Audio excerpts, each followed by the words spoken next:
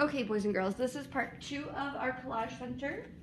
We have some student examples here of what collage might look like.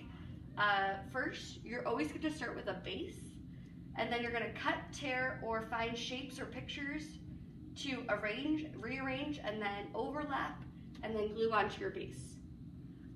Here is directions for cutting more than one shape at a time, cutting triangles, rectangles. This is also a setup for your collage that you could take a look at, and our sticky meter to help you with what type of glue or what kind of material you should use to connect 2 pieces of paper together. So we can take a look at that further later.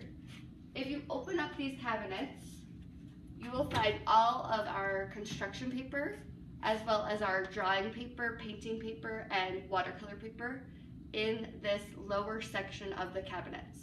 Please be mindful when you're opening this up that if somebody is over here using something, you say, "Excuse me," and always use kindness. So first over here, we have large drawing paper. This is for wow projects or for special drawings or paintings with tempera paints. Or you could use this as a large base for a collage. Next to that, we have medium-sized drawing paper or painting paper for the same thing. Beneath that is copy paper.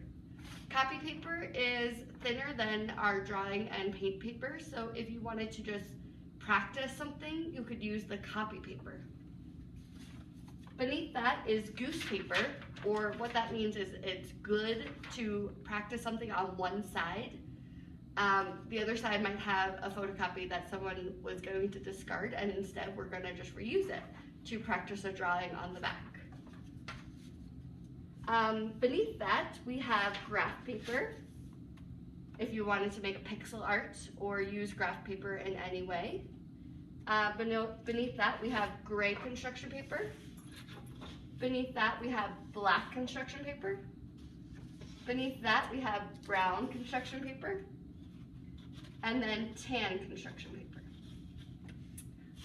In the middle section, we have our small color paper that could be used for a base for collage, or it could be used for drawing or creating a book, perhaps.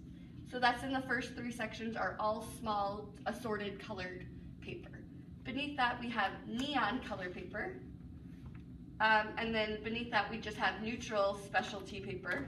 It's a little bit different than construction paper.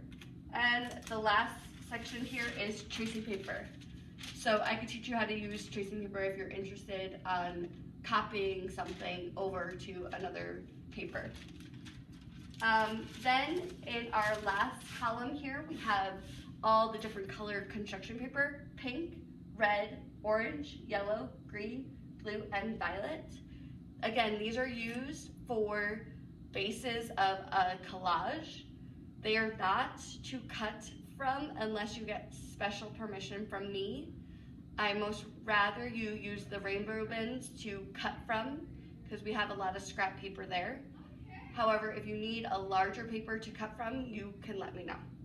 So that's part 2 of our Collage Center. When you're done, last thing, this shelf over here is watercolor paper. We have small watercolor paper, medium watercolor paper, and large watercolor paper for watercolor painting. And you must ask me to use watercolor paper.